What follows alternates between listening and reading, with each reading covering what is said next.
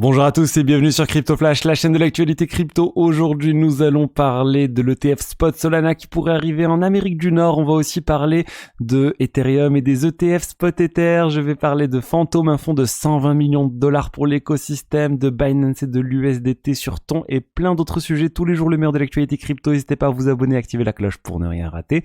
Tout de suite, le cours des crypto-monnaies. Une légère baisse générale aujourd'hui. Bitcoin, moins 1,35%, 64 000 $. Ether, 3 520 $, moins 0,25%. BNB, moins 1,6%. Et je voulais commencer par la news dont j'ai oublié de vous parler hier. C'est EDF avec la filiale d'EDF Exaion qui devient un validateur de la blockchain Chronos. Donc Chronos, vous connaissez sans doute, c'est la blockchain de Crypto.com. Donc il y a quelques temps, Exaion, ils avaient annoncé devenir validateur de la Chiliz Chain, j'en avais parlé, et là 3 mois plus tard, c'est autour de la blockchain Chronos, donc ça vient apporter, on va dire, plus de crédibilité à la blockchain Chronos, et surtout ça montre en fait qu'on a des gens chez EDF, alors oui c'est une filiale, mais qui sont en train de s'intéresser de plus en plus aux cryptos.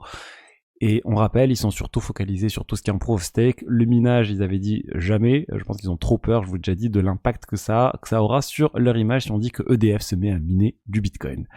Ensuite, les ETF spot aux États-Unis et plutôt en Amérique du Nord, parce que là, ça nous vient du Canada. On a la première proposition pour lancer un ETF Solana en Amérique du Nord. Donc, je vous ai dit, c'est la société canadienne, j'oublie son nom, 3UKI, si je me trompe pas, attendez, on va voir le nom, voilà, 3IQ, qui est à l'origine de tout ça. Ils ont fait la demande, donc pour lancer ce fonds, un ETP, donc c'est la même structure que pour l'ETF Spot Bitcoin et les ETF Spot Ether qui arrivent. Le Canada, ils sont déjà en avance sur les États-Unis au niveau des ETF spot. Ils avaient lancé des ETF spot Ether et spot Bitcoin bien avant. Donc là, c'est peut-être la tendance qui est en train de se dégager, que les prochains ETF aux États-Unis qui arriveront, ça serait les ETF spot Solana. Je vous rappelle qu'il y a Standard et Shattered qui avaient fait une analyse sur le sujet en disant que les prochains ETF, ça serait les ETF Solana et les ETF XRP. Donc les deux sont plutôt bien positionnés. Après, on a déjà parlé du contexte avec la SEC contre XRP. Mais voilà, peut-être que ça sortira. Mais moi, quand même, je miserais plus sur Solana. Il y a plus d'engouement aux États-Unis autour de Solana, qui est perçu vraiment comme un concurrent direct d'Ethereum et qui est vraiment parmi les leaders des blockchains qui ont des smart contracts, qui ont des applications, qui ont des NFT, qui ont déjà tout un écosystème de développeurs et d'utilisateurs, et surtout vous voyez la folie Memecoin qui a eu lieu sur Solana, ça montre quand même qu'il y a plein d'utilisations. Donc moi je miserais bien sur Solana comme prochain ETF. Là ça reste une première demande, c'est pour le Canada, mais je vous l'ai dit, ça permet de voir vers quoi les institutionnels se tournent, parce que s'il y a des propositions comme ça, c'est qu'il y a une demande au final des institutionnels sur ce type de projet. Ensuite, on va parler des ETF Spot Ether avec en fait la première publicité pour vanter les ETF Spot Ether qui arrivent. Ça nous vient de Bitwise, ils sont en train de préparer du coup l'approbation des ETF Spot Ether par la SEC. Les estimations, ça serait début juillet, en tout cas maximum avant la fin de l'été. Ils ont publié voilà cette vidéo assez drôle autour de Ethereum qui est représenté par un individu jeune et les ETF, plutôt le monde de la finance classique qui est là représenté par quelqu'un qui est plus vieux, qui s'endort, qui arrête à partir de 21h ou de 18h à être tradé et qui travaille pas le week-end, alors que Ethereum est tout le temps opérationnel 24h sur 24, 7 jours sur 7 et gère aussi des milliards. Donc c'est un peu pour faire vraiment pour présenter l'Ether comme un concurrent au monde financier classique.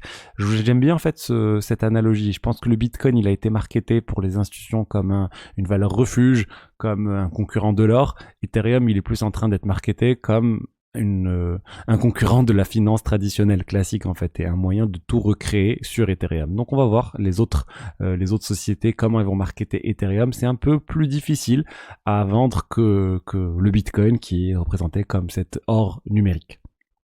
Ensuite, parlons de Phantom. Phantom, ils sont en train de préparer un très très gros lancement, c'est celui de Sonic, leur plateforme qui va être très très très performante. Ça va être une nouvelle blockchain, il y aura même un nouveau token, et là ils viennent d'annoncer qu'il y aura un fonds qui arrive avec 200 millions de Fantom, qui est lancé par la fondation Fantom. Ça vaut à peu près 120 millions de dollars pour aider les développeurs et les sociétés à venir migrer sur la blockchain Sonic. Donc que ça soit des développeurs et des applications qui sont sur la blockchain Fantom ou d'autres qui sont sur d'autres blockchains pour venir les inciter à lancer leurs projets sur Sonic. Donc ça devrait vraiment permettre d'avoir plein de projets qui vont venir sur Sonic, d'avoir plein de nouveaux projets, surtout d'avoir des gros projets. Par exemple, on peut imaginer qu'ils vont donner des millions de dollars à AV pour que AV se lance sur Sonic. C'est ce que d'ailleurs ZK Sync a fait. Juste avant l'airdrop, ils ont donné quelques millions de dollars, 8 millions de dollars je crois à ZK Sync à AV pour que AV se lance sur ZK Sync. Donc c'est des choses qui sont très courantes, ça permet d'avoir un écosystème vraiment très diversifié avec plein de projets différents, et Fantom du coup prépare ça sur leur nouvelle blockchain Sonic. Ensuite, on va parler de Ton, la crypto qui est très étroitement liée à Telegram. Et ben Binance vient de permettre le retrait et le dépôt d'USDT sur la blockchain Ton. Donc jusqu'à maintenant, on n'avait pas cette possibilité pour envoyer de l'USDT à faible coût. Il y a d'autres solutions, hein. Il y a déjà les L2 sur Ethereum, et historiquement il y avait Tron surtout qui était très utilisé pour ça. Et ben maintenant, on va voir Ton qui est en train de se positionner sur ce marché. Peut-être qu'ils vont réussir à grappiller un peu de part de marché à Tron, parce que Tron, ils ont vraiment une quantité énorme, des dizaines de milliards de dollars qui sont sur Tron, et notamment pour ce cas d'usage de transfert à faible coût de stablecoin. Donc voilà, bonne nouvelle pour Ton, je sais pas comment on prononce d'ailleurs, Ton, des Open Network, bref, une bonne nouvelle pour cette blockchain. Ensuite, on a MicroStrategy qui a acheté encore des bitcoins, ils en sont à 15 milliards de dollars de bitcoin, c'est juste énorme. Leur stratégie, elle est de lever des fonds sur le marché, lever de la dette en fait. En gros, ils empruntent, ils achètent du bitcoin, ils remboursent la dette plus tard, et puis c'est tout. Pour l'instant, ils se posent pas trop de questions, ça a marché jusque là, et dans le pire des cas, ils vont vendre un peu de bitcoin. Bien sûr, si le bitcoin se met à chuter totalement, c'est une autre histoire. Mais bon, pour l'instant, leur stratégie fonctionne, il y a toujours beaucoup de demandes autour du bitcoin, et MicroStrategy en profite. Ensuite, les R0, je vous ai parlé de cet airdrop, c'est bon, ça a eu lieu, ils ont forcé les gens à venir déposer, à donner de l'argent aux développeurs Ethereum pour développer le fonds qui permet de donner de l'argent en fait aux développeurs. Bref, c'est pas ça le sujet c'est qu'il y avait un pari sur Polymarket. Je vous ai dit, Polymarket, ce marché de prédiction qui permet de parier sur un certain nombre de choses. Et le pari sur Polymarket, c'était que l'airdrop Layer 0 allait arriver d'ici le 30 juin.